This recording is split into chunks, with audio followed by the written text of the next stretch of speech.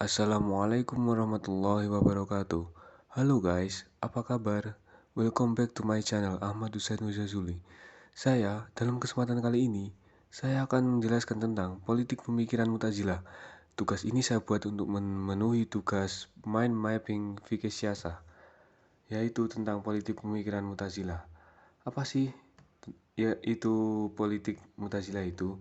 Ya, yang pertama saya akan menjelaskan yaitu tentang sejarah lahirnya Mu'tazilah. Pada mulanya, aliran ini menamakan dirinya sebagai Al-Qadariyah atau Al-Adaliyah, serta mengaku dirinya sebagai Adli wa Tauhid, pengikut keadilan dan tauhid. Awal mula kemunculannya adalah ketika Wasil bin Atta berbeda pendapat dengan gurunya dan memisahkan diri kemudian mendirikan sebuah aliran baru. Alasannya adalah mereka tak sepakat dengan pendapat yang ada mengenai pengkafiran seseorang. Mereka berusaha keluar dari pendapat yang umum yang berpendapat bahwa mereka itu tetap mukmin atau telah kafir. Justru mereka berpendapat bahwa orang yang berdosa besar posisinya bukan sebagai mukmin dan juga bukan kafir, akan tetapi berada di antara dua tempat, yaitu fasik.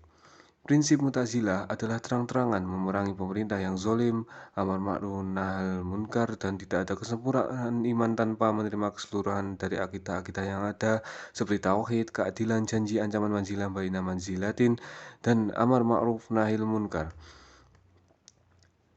Bahwasannya mereka meninggalkan kaum muslimin dengan perkataan manzilah baina manzilataini, satu di antara dua tempat. Mereka menamai Mu'tazilah setelah henggangnya Wasil bin Atha dari Halaqah Hasan al-Basri dan membentuk halaqah khusus.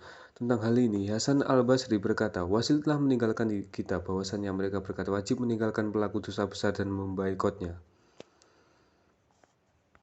Secara politis, penamaan golongan muslim ini merujuk kepada para sahabat seperti Sa'ad bin Abi Waqqas, Abdullah bin Umar, Zaid bin Sabit, dan sahabat lain yang mengambil sikap netral terhadap pengangkatan Ali sebagai khalifah keempat.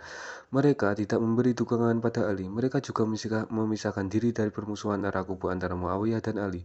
Dengan sikap netral, tidak berpihak kepada salah satu pihak. Mereka memilih pergi ke masjid untuk membaca Al-Quran dan mendalami pengetahuan agama dengan akal dan hati mereka.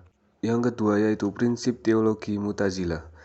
Disebutkan dalam buku Al-Mawsu'ah Al-Masyarah fil Ladyan wala Madzahib walazab al-Mu'asirah bahwa pada awal sekte Mu'tazilah ini mengusung dua pemikiran yang menyimpang, yaitu satu, pemikiran bahwa manusia punya kekuasaan mutlak dalam memilih apa yang mereka kerjakan dan mereka sendirilah yang menciptakan pekerjaan tersebut. Dua, pemikiran bahwa pelaku dosa besar bukanlah orang mukmin tetapi bukan pula orang kafir, melainkan orang fasik yang berkedudukan di antara kedua kedudukan mukmin dan kafir. Kelima dasar pemikiran Mu'tazilah adalah al-tauhid, al-adla, al-wad wa'id, janji dan ancaman Allah, al-manzilatu baina imanzilataini, al-amru bil ma'ruf wal nahyu anil munkar. Yang pertama yaitu at-tauhid. Mereka meyakini bahwa Allah disucikan dari perumpunan dan permisalan, dan tidak ada yang mampu menentang kekuasaannya serta tidak berlaku padanya apa yang berlaku pada manusia. Yang kedua yaitu al-adla, keadilan Allah. Maksud mereka dengan keadilan Allah adalah bahwa Allah tidak menciptakan perbuatan hamba-hambanya dan dia tidak menyukai kerusakan. Yang ketiga yaitu manzilatu bainal manzilataini. Maksud mereka adalah bahwa pendosa besar berada di antara kedua kedudukan. Ia tidak berada dalam kedudukan mukmin juga kafir. Yang keempat al-amru bil ma'ruf wa al-nahyu anil munkar. Mereka menetapkan bahwa hal ini adalah kewajiban seluruh mukminin sebagai bentuk penyebaran dakwah Islam, penyampaian hidayah bagi mereka yang tersesat, dan bimbingan bagi mereka yang menyimpang. Dan yang terakhir yaitu pemikiran politik Mu'tazilah. Kelompok Mu'tazilah ini pada awalnya merupakan gerakan atau sikap politik beberapa sahabat yang gerah terhadap kehidupan politik umat Islam pada pemerintahan Ali. Mereka khususnya berusaha mengambil sikap yang lebih rasional dalam menanggapi terjadinya konflik dalam internal umat Islam mengenai pengangkatannya khalifah yang keempat. Penamaan kelompok ini dengan sebutan Mu'tazilah baru terjadi pada saat terjadinya perbedaan antara Wasil ibnu Atta dengan gurunya, Hasan al-Basri pada abad ke-11 Hijriah tentang penilaian orang yang berbuat banyak dosa. Dalam hal ini, Harun Nasution menjelaskan bahwa banyak sekali asal-usul nama Mu'tazilah. Para ahli sebenarnya tidak lelah mengajukan beberapa pendapat mereka, namun demikian belum ada kata sepakat di antara mereka. Kelompok Mu'tazilah selanjutnya berkembang menjadi sebuah aliran teologi rasional.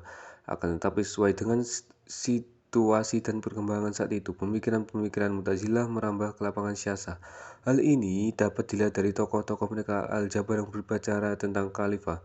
Ia berpandangan bahwa pembentukan lembaga khalifah bukanlah kewajiban berdasarkan syar'i karena Nas tidak tegas mempermasalahkan untuk membentuk negara, dan Sayuti menambahkan dalam karangannya, melainkan atas dasar pertimbangan rasio dan tuntutan muamalah manusia.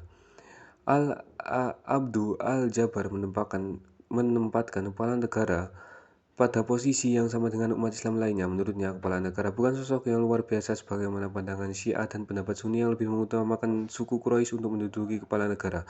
Menurutnya, kalangan mana dan siapapun boleh menjadi kepala negara asalkan ia mampu melaksanakannya. Kepala negara ditentukan berdasarkan pemilihan umat Islam sendiri. Ya, sekian penjelasan dari saya. Apabila ada kurang lebihnya, saya minta maaf sebesar-besarnya. Wabillahi taufiq walhidayah wa inayah. Wassalamualaikum warahmatullahi wabarakatuh. Dan jangan lupa like, subscribe, dan komen ya guys. Makasih.